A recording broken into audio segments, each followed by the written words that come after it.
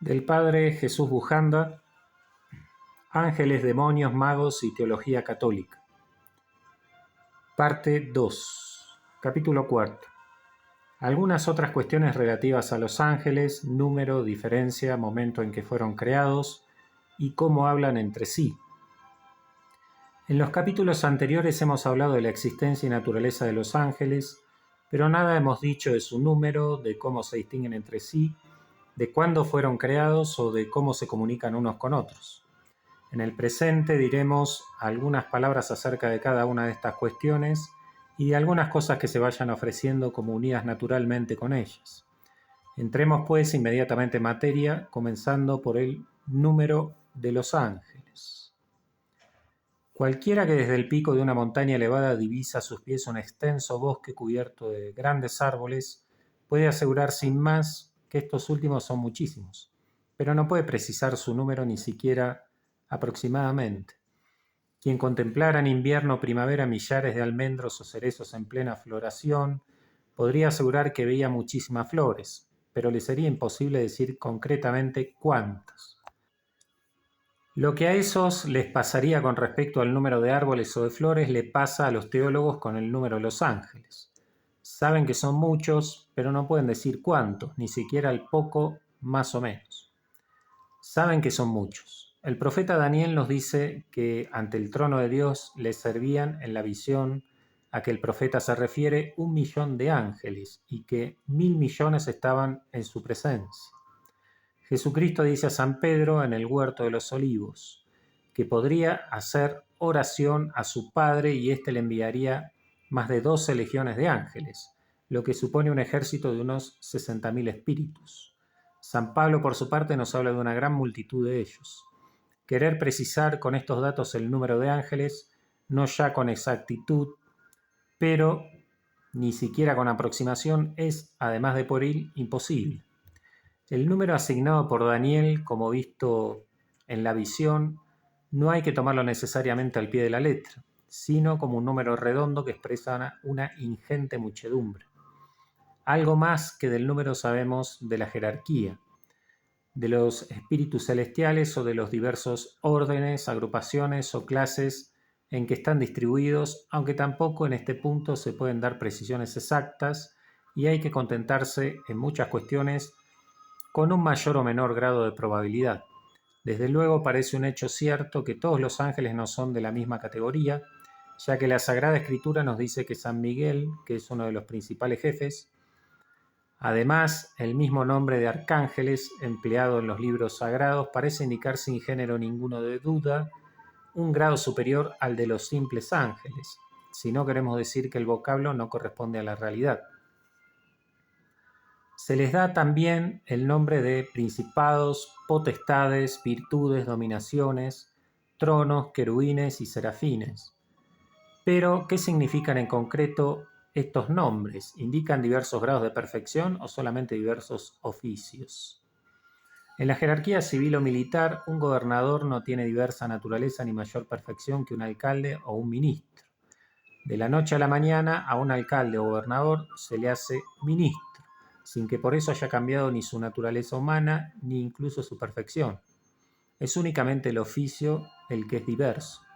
En la jerarquía eclesiástica no siempre es así. Un sacerdote, por ejemplo, tiene no solo oficio diverso al de un simple cristiano, sino una realidad diversa. El sacerdote puede consagrar la Eucaristía, el simple fiel no. Puede también perdonar los pecados delante de Dios, el simple fiel no puede hacerlo. Tiene pues una perfección que no tiene el simple fiel. Lo mismo acaece con el obispo respecto del simple sacerdote. El obispo puede dar a quien le parece la facultad de consagrar la Eucaristía y de perdonar los pecados. El simple sacerdote no puede hacer ni lo uno ni lo otro. Y esto no porque aquel tenga oficio diverso, que puede no tenerlo, es decir, puede no ser obispo de ninguna diócesis, sino que tiene una perfección espiritual que no tiene el simple sacerdote. Es así también entre los ángeles. Aquellos 9 nombres diversos significan diverso grado de perfección o simplemente diversos oficios, como son oficios diversos el de ministro y gobernador. A esta pregunta hay una prudente respuesta que ya en su tiempo daba San Agustín en el capítulo 58 de su libro llamado Enquiridio, es decir, Manual. ¿Cómo se distribuye esa altísima sociedad de los ángeles y cómo se diferencian sus dignidades? Dígalo quien pueda, que yo confieso que no lo sé. Lo que San Agustín no sabía hace 15 siglos tampoco hoy lo sabemos nosotros. Los nombres diversos con que los designa la escritura arrojan muy escasa luz sobre el asunto. Dejado a un lado el nombre de arcángeles, que ya hemos dicho significa un grado superior al de los simples ángeles, todos los demás poco o nada contribuyen a manifestar su dignidad. Se les llama, como ya antes indicamos, tronos, principados, virtudes, dominaciones, querubines y serafines. Tronos, virtudes, principados y dominaciones son nombres abstractos que equivalen a seres que se asientan en el trono o asisten a él, fuertes o poderosos, príncipes y señores que ejercen su dominio sobre otros. Cuando en castellano decimos su eminencia, su santidad, su señoría, queremos con ello indicar un ser eminente, santo, un señor. Eso mismo acaece pues con los nombres de tronos, principados, virtudes y dominaciones. El nombre de virtudes podría parecer a primera vista que indicaba seres virtuosos, pero en el original griego la palabra correspondiente no indica virtud sino poder. Quedan por mencionar las dos palabras querubín y serafín. Son esos los plurales de dos vocablos hebreos, querub y seraf. Este último vendría de saraf, arder. Cuanto al vocablo querub, su origen es incierto. Según algunos, tiene estrecha afinidad con una palabra que significa toro, y se querría significar con ella lo mismo que fuerte. En resumidas cuentas, pues, el nombre de arcángeles, potestades, principados, virtudes, dominaciones y tal vez también el nombre de trono significaría cierta jefatura o preeminencia sobre otros. El de trono podría significar los que asisten de ordinario o de una manera especial ante el trono de Dios, y el de querubines y serafines por la sola etimología de los vocablos quedaría como de determinación más incierta. Un hecho sí es verdadero. Dado que se aplican a los ángeles esos 9 nombres diversos, se ha hecho corriente lo mismo en los libros de teología que a veces también en los litúrgicos, hablar de 9 coros, órdenes o agrupaciones de ángeles, sin que eso signifique que son todos de diversa perfección, pudiendo algunos de ellos designar únicamente oficios diversos. Cuestión afín o parecida a la que acabamos de tratar es la de si todos los ángeles son o no de una misma especie, en otras palabras, si tienen idéntica naturaleza. Los hombres somos todos de una misma especie, aunque pertenezcamos a distintas razas, blanca, negra, amarilla, etc.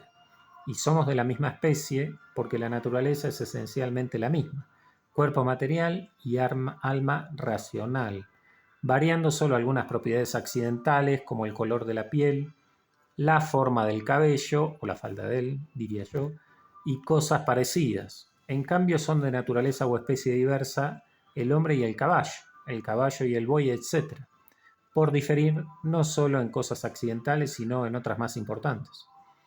Esto supuesto, volvamos ahora a nuestra pregunta. ¿Son los ángeles todos de una o de diversas especies? Comencemos por advertir que ni en la escritura sagrada ni en la tradición, que son las únicas fuentes que nos podrían resolver este problema, se dice una sola palabra acerca de él. Consiguientemente, las razones que se traigan en pro o en contra de que pertenezcan todos a una o a diversas especies serán más bien de orden filosófico, y como la filosofía no habla de los ángeles, por no pertenecer a su campo de cosas puramente las cosas puramente espirituales, dejaremos de tratar a fondo este asunto contentándonos con exponer los diversos pareceres de quienes lo han estudiado con alguna detención. Según pues Santo Tomás, hay tantas especies de ángeles cuantos individuos.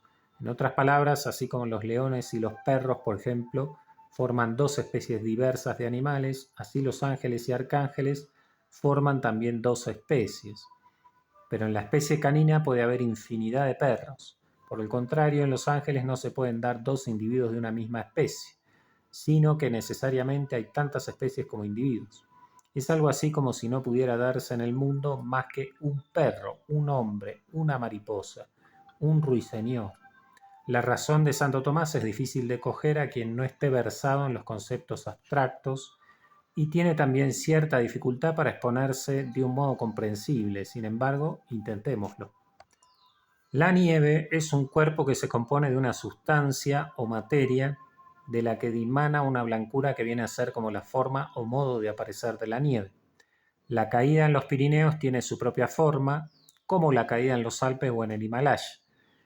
Pero quitemos con la imaginación de todas esas nieves todo menos la blancura. ¿Qué sucederá? Que no habría ya diversas blancuras, sino que todo sería una sola.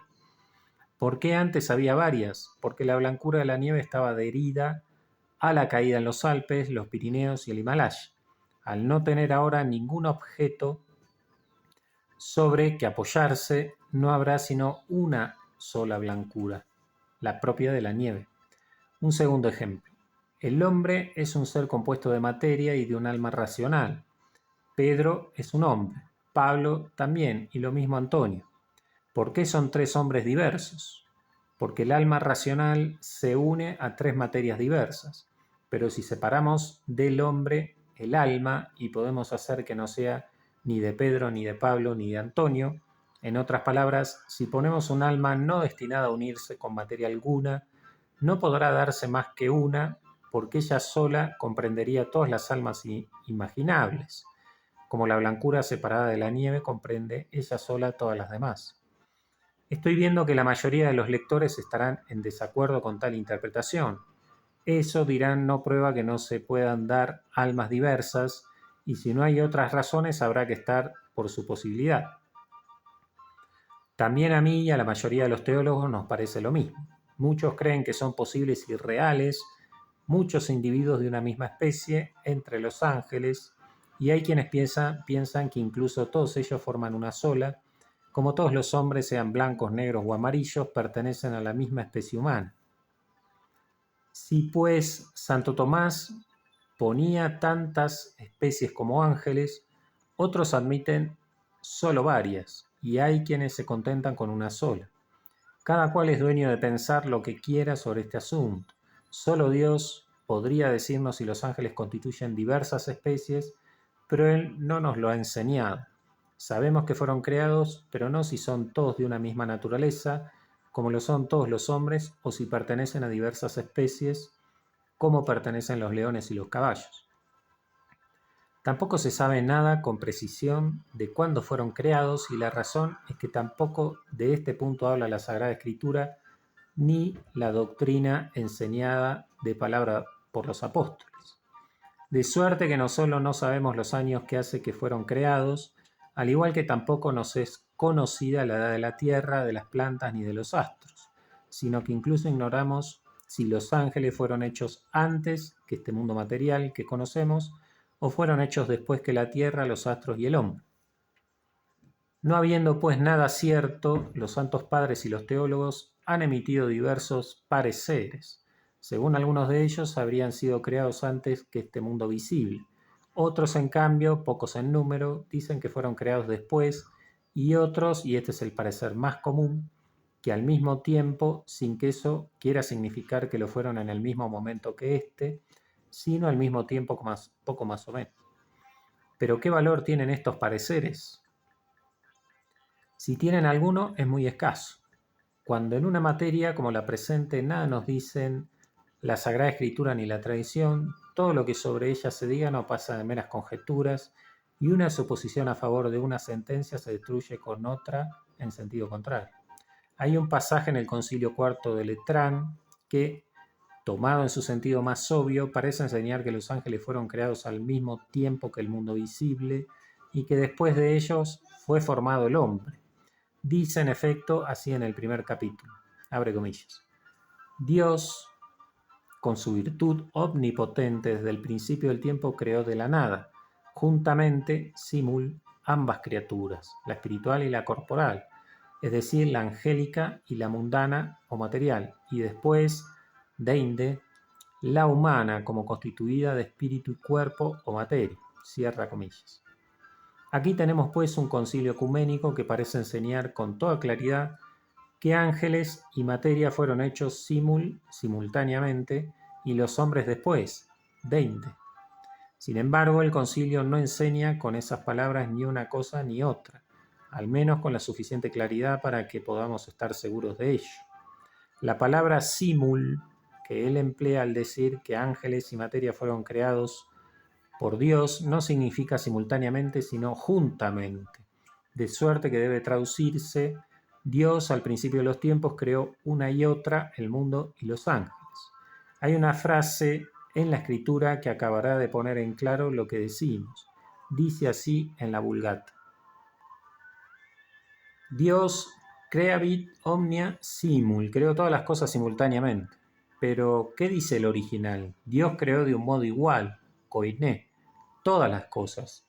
En otras palabras, como es autor de las unas, lo es también de las otras.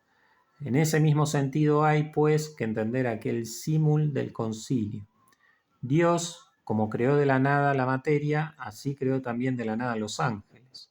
Tampoco la voz deinde, después en aquella frase, y después la humana, como constituida de cuerpo y espíritu, hay que urgirla demasiado, cual si el concilio pretendiera enseñar con ella que los hombres fueron creados después de los ángeles. Enseña simplemente que Dios, desde el principio, creó la materia y los ángeles, fue autor de la una y de los otros, y fue también el autor del hombre.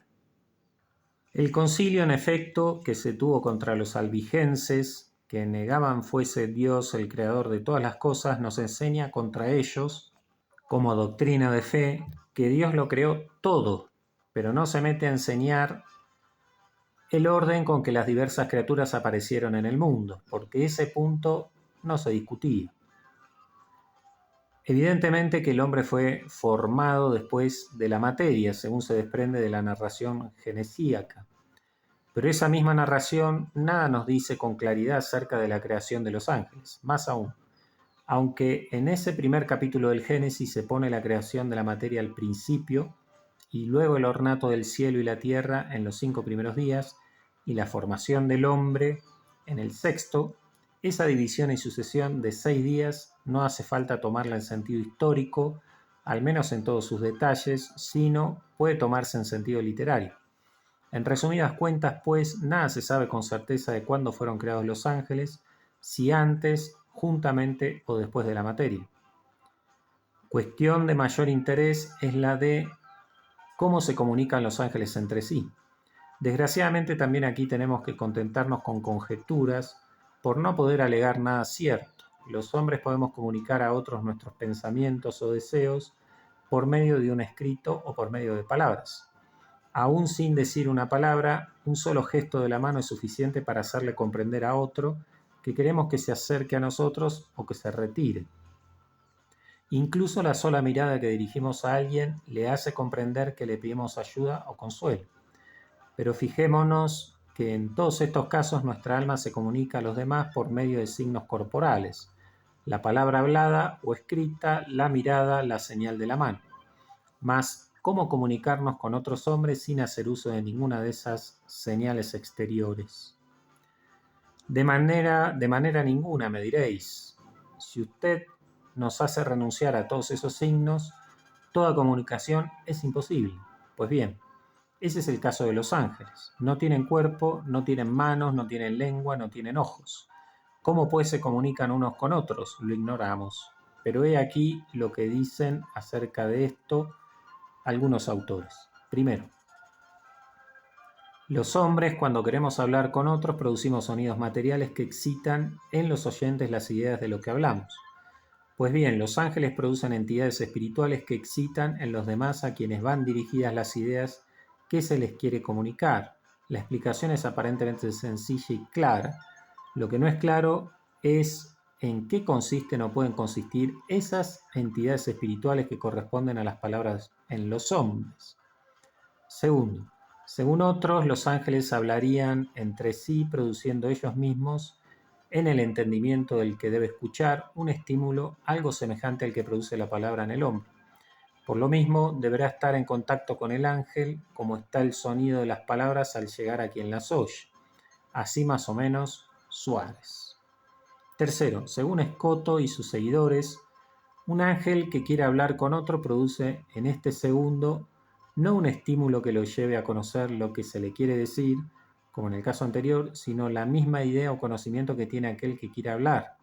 Es como si los hombres, para hablar entre nosotros, produjéramos no palabras, sino el conocimiento o las ideas mismas que suscitan en los oyentes esas palabras. Cuarto, explican esto mismo otros autores diciendo que, así como el calor emitido por un cuerpo llega a los que están alrededor de él, así las ideas concebidas por un ángel se irradian hacia los que deben recibirlas sin dejar de estar en quien las produce. Se extienden desde el que habla hasta el que oye. La dificultad está en concebir cómo una idea espiritual se puede extender como se extiende en el papel una mancha de aceite recientemente caída en él. Quinto. La opinión más seguida es la siguiente. Cuando un ángel quiere hablar con otro, dirige con la voluntad sus ideas hacia su interlocutor, como un hombre lo hace con otro, y Dios determina en aquel a quien van dirigidas aquellas ideas el conocimiento que se quiere que produzcan. De un modo parecido, si yo quiero hablar desde Europa con un hombre en América, podría dirigirme a él de palabra como si estuviera junto a mí. Naturalmente no me oiría, pero si Dios suscitara en el oyente los mismos efectos que suscitarían mis palabras caso de hallarse junto a mí, me oiría perfectamente, o al menos el resultado sería el mismo que si me oyera. Esta opinión, que es la más seguida, tiene este grave inconveniente, que hace intervenir a Dios de un modo menos natural y obvio, de un modo diríamos extraordinario y como milagroso para un efecto natural y corriente como es el de comunicarse un ángel con otro. Pero notemos una cosa, y es que en realidad así nos comunicamos nosotros con Dios, con la Virgen y los santos. Nos dirigimos sencillamente a ellos con nuestras ideas, como nos dirigimos a otros hombres con nuestras palabras. Que Dios nos oiga no ofrece ninguna dificultad, puesto que conoce todo lo que pasa en nuestro interior. Pero ¿cómo nos oyen la Virgen y los santos? Porque Dios hace que lo conozcan, supliendo en ellos lo que les falta a nuestras ideas para llegar a su mente, o de otro modo más obvio y natural, pero para nosotros desconocido. Los santos entenderían todas las lenguas, aun cuando desconocieran todas las palabras. Nos dirigimos a ellos con ideas, no con vocablos. En todo caso, y según la doctrina corriente, ni los ángeles ni los demonios pueden conocer nuestros pensamientos y deseos si de alguna manera exterior no los manifestamos o no queremos hablar con ellos. Esa prerrogativa de conocer nuestras ideas y afectos más recónditos se atribuye en la Escritura exclusivamente a Dios. ¿Quién conocerá el corazón del hombre?, pregunta Jeremías, y responde Dios.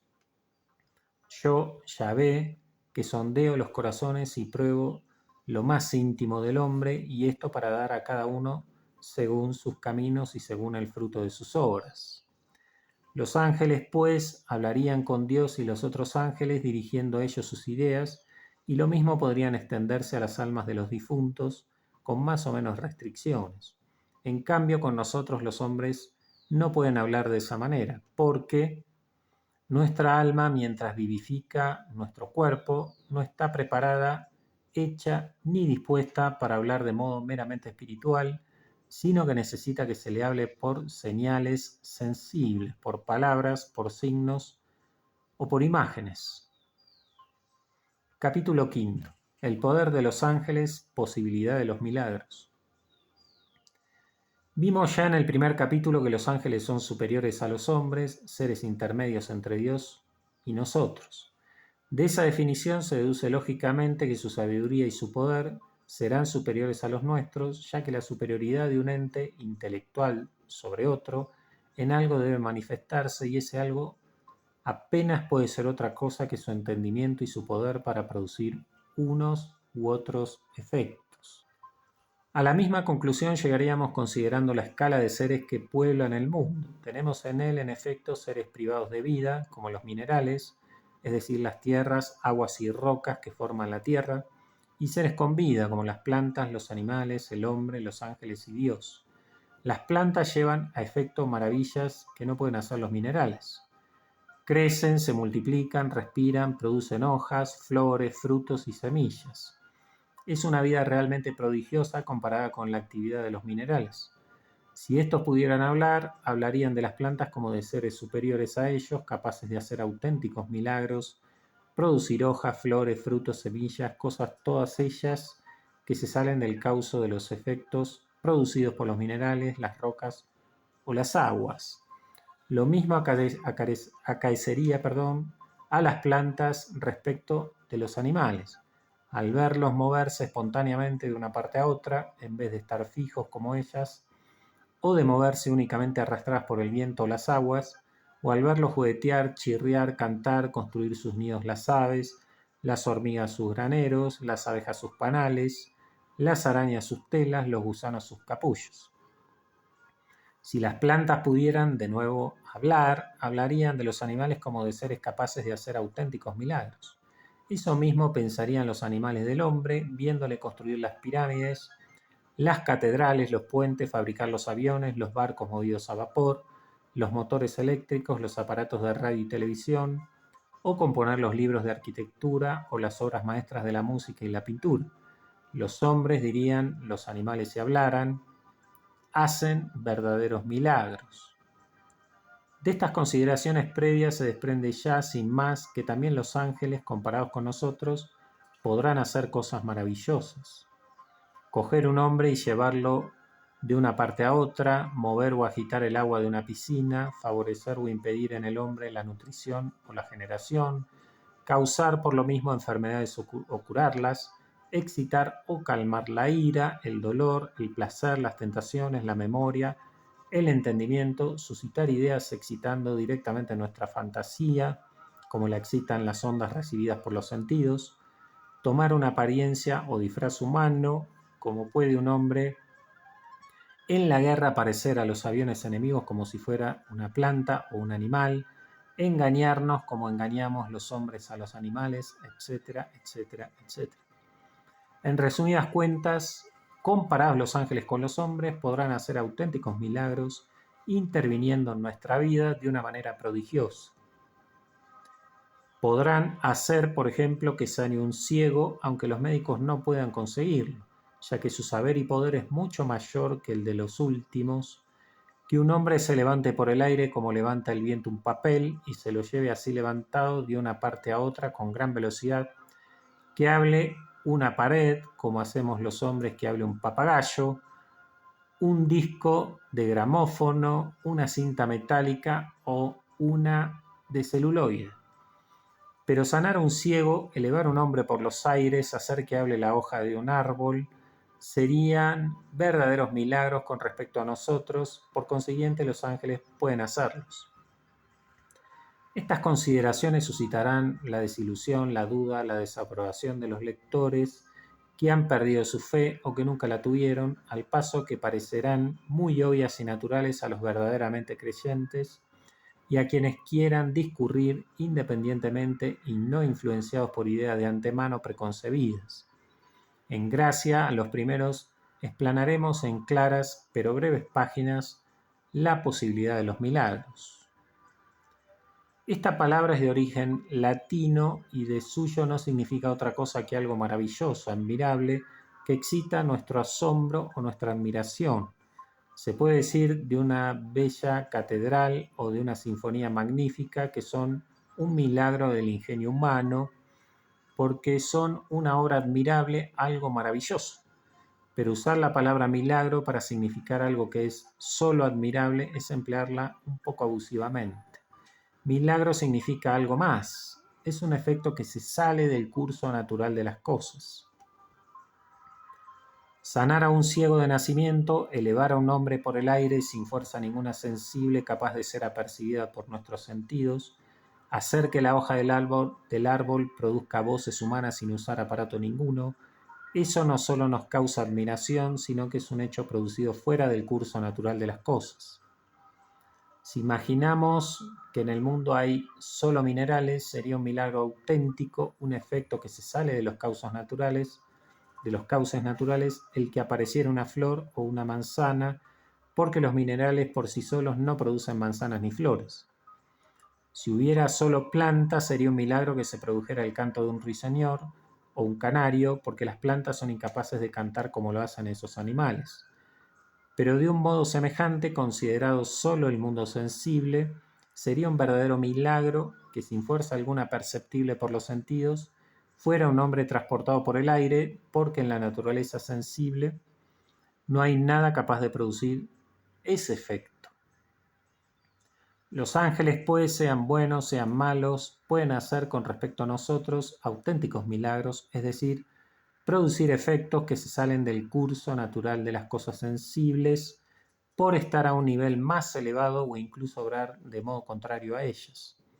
Si un ángel eleva a un hombre por los aires, obra de modo contrario a la ley de la gravedad. La palabra milagro tiene todavía otros significados que no vamos a detallar. Sin embargo, para evitar toda clase de equívocos y de malas interpretaciones, diremos que, en sentido más estricto, milagro es no solo un efecto producido fuera del curso natural de las cosas sensibles, sino que además es causado por Dios o por un agente suprasensible con aprobación del mismo Dios. Si pues el demonio produce un efecto fuera del curso natural de las cosas sensibles, como sería llevarse a un hombre de un lugar a otro, para con ello hacerle ofender a Dios, no sería un auténtico milagro en sentido estricto, porque Dios no puede aprobar un hecho cuyo fin es una ofensa suya. En cambio, si un ángel llevara a un sacerdote de una parte a otra para oír la confesión de quien se hallaba en grave e inminente peligro de muerte, sería un verdadero milagro porque estaría hecho con aprobación de Dios. Lo mismo sucedería si un taumaturgo llevara a efecto una obra milagrosa para convertir a un pagano a la verdadera religión, ya que habría realizado un efecto fuera del curso natural para una obra que el mismo Dios requiere y aprueba, cuál es la conversión de los gentiles. Resumiendo ahora brevemente cuanto llevamos dicho acerca de la definición del milagro, tendremos que, en un sentido muy amplio, es algo que excita excepcionalmente nuestra admiración, que en sentido propio es un hecho que se sale del cauce natural de las cosas sensibles, y que en sentido más restringido es un hecho sensible que Dios aprueba y que se sale de ese mismo cauce. Con esto estamos ya listos para abordar la cuestión de la posibilidad de los milagros. Después de las consideraciones preliminares de este capítulo acerca de la superioridad de las plantas sobre los minerales, de los animales sobre las plantas y del hombre sobre los animales, la cuestión de la posibilidad de los milagros es de una claridad meridiana.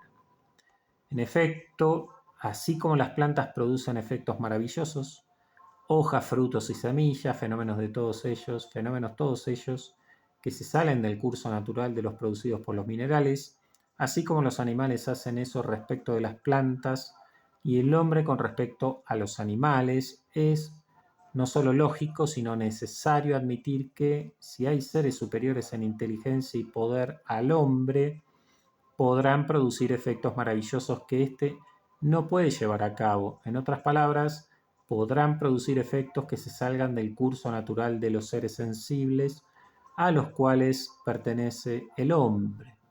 Ahora bien, esos seres de inteligencia y poder superior existen, luego los milagros son posibles. El argumento no admite réplica de ninguna clase. Negar la posibilidad de los milagros es negar que haya un ser superior a nosotros, un ser que sea capaz de realizar aquello a que no alcanzan nuestras fuerzas. Es pues un acto completamente irracional y nacido de nuestra soberbia. Es creerse el hombre a sí mismo el ser más privilegiado, inteligente y perfecto de todos cuantos existen. El mismo Satanás no llegó nunca a tal grado de demencia. Quiso ser independiente de toda sujeción, rehusó obedecer a Dios, pero jamás se creyó el ser más poderoso de la creación. Finjamos por un momento que los animales fueran capaces de discurrir y que al ver los efectos que ellos producen creyeran imposible que nada ni nadie pudiera producir lo que ellos no pueden realizar. Los sonidos que el hombre produce en un violín o un libro en que estuviesen dibujados con vivos colores los animales todos de una región. Eso no puede hacerse, diría el animal, porque si fuera posible podría también hacerlo yo, ya que soy el ser de mayor inteligencia y poder que existe. Así discurren también los que no admiten la posibilidad de milagros. Que un cuerpo se mantenga suspendido en el aire no puede hacerse porque si eso se pudiera llevar a cabo, lo podría hacer yo. No puedo hacerlo, luego es imposible, porque no hay poder ninguno superior al mío. Soberbia refinada. Se me dirá, tal vez, que no hace falta pensar de esa manera para negar la posibilidad de los milagros, ya que conociendo las leyes naturales por las que se rigen los minerales, las plantas, los animales y los hombres, conocemos también que esas leyes no pueden superarse. Magnífico argumento. Es como si alguien discurriera así. Conociendo que las plantas no pueden cantar como los ruiseñores, sabemos ya que es imposible que haya un ave que cante como él lo hace. A eso se reduce el tal decantado argumento de las leyes naturales. Por su misma naturaleza, el agua caída del cielo corre siempre hacia abajo en virtud de la ley de la gravedad y abandonada a sí misma no hay peligro de que suba hacia arriba. Pero el hombre, por medio de su inteligencia, la hace subir sirviéndose de una bomba. Los ríos corren siempre hacia abajo. Es, sin embargo, un espectáculo que hiere poderosamente la imaginación ver por primera vez en una ciudad como Amberes o Sevilla, alejadas muchos kilómetros del mar y bañadas por un río, como en este la corriente se mueve unas veces hacia el mar y otras en sentido contrario a causa de las mareas.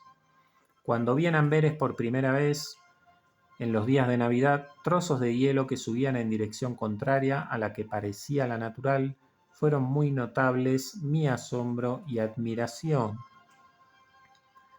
Lo que puede hacer la fuerza contraria de la marea. ¿Lo vamos a negar a Dios? Un disco o una cinta metálica abandonados a sí mismos, no hay peligro ninguno de que repitan el discurso que un orador acaba de producir ante una gran muchedumbre, pero el hombre sabe modificar ese disco y esa cinta y hacerles repetir ese mismo discurso no una, sino infinidad de veces. Los hombres no podemos con nuestros conocimientos elevar a un hombre por los aires sin servirnos de una fuerza sensible o sanar a un ciego de nacimiento o curar muchísimas enfermedades, pero un ser superior a nosotros puede, evidentemente, hacerlo. Está clara la posibilidad de los milagros, es decir, la posibilidad de que se produzcan efectos que se salgan del curso natural de la naturaleza sensible que nosotros conocemos. La respuesta parece que no puede ser otra que la siguiente. Si hay seres superiores a nosotros, evidentemente que podrán realizar efectos superiores a los que nosotros llevamos a cabo, como el canario, que es superior a las plantas, puede emitir un canto melodioso que aquellas no pueden ejecutar, o el hombre, que es superior al canario, puede, con una flauta o un violín, ejecutar largas y complicadísimas piezas musicales que el canario o el ruiseñor son incapaces de llevar a efecto. Dejémonos, pues, de dudas, incredulidades y vacilaciones de todas clases. Habiendo, como hay seres superiores a los minerales, las plantas, los animales y el hombre, esos seres superiores son capaces de realizar en los inferiores lo que estos no pueden realizar por hallarse fuera del alcance de sus fuerzas naturales. Los mismos paganos admitían muchos milagros, algunos de ellos no exentos de cierta dignidad. Así se cita, por ejemplo, el caso de Claudia, una de las vestales de Roma, que para probar su castidad manejó y condujo a su capricho, ayudándose con su cinturón, una nave que estaba encallada en el Tíber y que Tucia, por ese mismo motivo, llevó al Capitolio en una criba el agua que había cogido de aquel mismo río. Luego, son posibles toda clase de milagros, aun los más alejados de nuestro poder, aun aquellos que encierran en sí dificultades a primera vista insuperables, por los catastróficos efectos que llevarían consigo, pongo por caso la parada del sol, A esto respondo, son posibles todos aquellos efectos para producir los cuales existe al menos un ser con conocimiento y poder suficientes para realizarlos. El hombre no puede producir toda clase de efectos o fenómenos porque su poder es limitado. Puede volar por los aires sirviéndose de un artefacto, pero no moviendo solo sus manos como lo hacen las aves moviendo sus alas. El ángel, que es asimismo limitado, no puede producir sino aquellos efectos a los que alcanzan sus fuerzas, que son superiores a las del hombre. Dios, de poder infinito, puede producir todo aquello que no es en sí contradictorio. Por lo que hace a la parada del sol y de la luna, que Josué ordenó para poder tener tiempo suficiente de derrotar totalmente a sus enemigos. Aquel capitán no pidió que se parara el sol si éste en realidad estaba quieto, como enseña la moderna astronomía, sino que el día no avanzara a fin de que hubiera luz solar hasta derrotar completamente al adversario. Para eso no era menester que el sol se parase, puesto que estaba quieto. Bastaba que la Tierra no girara, sino que fuera mediodía durante unas horas para un meridiano del planeta, aquel en que se daba la batalla. Bastaba eso ciertamente, pero no era tampoco necesario, ni hemos de admitir que sucediese. Parar un cuerpo de las dimensiones de la Tierra, dada la velocidad que lleva al girar sobre sí misma, supondría un enorme desarrollo de calor que, naturalmente, llevaría consigo efectos catastróficos para la vida de las plantas, los animales y el hombre. Se habría además trastornado con ello el flujo y reflujo de los mares, y el poner de nuevo la Tierra y la Luna en movimiento significaría un impulso de gigantescas proporciones. Nada de eso era necesario para la parada del Sol. Los milagros se pueden producir en el cuerpo en que parece, se verifican en el espacio que media entre él y el que percibe el milagro, o incluso solo en este último. Pongamos un ejemplo. Para que yo perciba en medio de la noche un zumbido en mi oído, basta una de estas tres cosas: que haya un cuerpo, por ejemplo, un moscardón en mi habitación o fuera de ella, que produzca ese ruido. Que uno que quiere molestarme lo produzca a ocultas, sirviéndose de un disco de gramófono, o también que mi oído, afectado por una inflamación, me los haga oír sin causas ningunas exteriores. Así, para que yo vea el sol en la posición correspondiente al mediodía, basta que esté allí, y así es como lo vemos a diario, pero sería suficiente con que los rayos de luz que emite, aunque el sol siga su aparente viaje hacia el occidente, vengan siempre a mis ojos de tal suerte que yo crea que vienen de en medio del cielo. Esto, que a algunos les parecerá muy extraño, es un fenómeno que se verifica todos los días. Los últimos minutos que vemos al sol cada día, en realidad, está ya oculto tras de los montes, tras una llanura o tras la superficie del mar. ¿Por qué lo vemos si está ya oculto? Porque los rayos que emite y que iban dirigidos más arriba de nuestra vista, al atravesar la atmósfera de aire que rodea la Tierra, se tuercen y llegan hasta nuestros ojos, y nosotros, a causa de esa dirección en que nos vienen y que ha sido desviada por la atmósfera, proyectamos ese sol que vemos sobre el horizonte, aunque en realidad está ya oculto debajo de él. Por una razón análoga, por la mañana sucede lo inverso. Un corto tiempo, que varía según la latitud del lugar y el tiempo del año, vemos ya el sol sobre los montes o sobre el mar, cuando en realidad está aún oculto por ellos. La refracción, pues, nos alarga el tiempo que vemos al sol sobre el horizonte de 6 a 8 minutos, que se los roba a la noche. De ahí resulta un fenómeno desconocido para la inmensa mayoría de los lectores. En los equinoccios de primavera y otoño, aproximadamente el 21 de marzo y el 22 de septiembre, se dice que los días son iguales a las noches, 12 horas de sol y 12 horas sin él. Esto no es del todo exacto. El sol luce un poquito más de 6 horas por la mañana y otro poquito más por la tarde. En total, pues, hay 12 horas y unos minutos más de sol y menos de 12 horas sin él.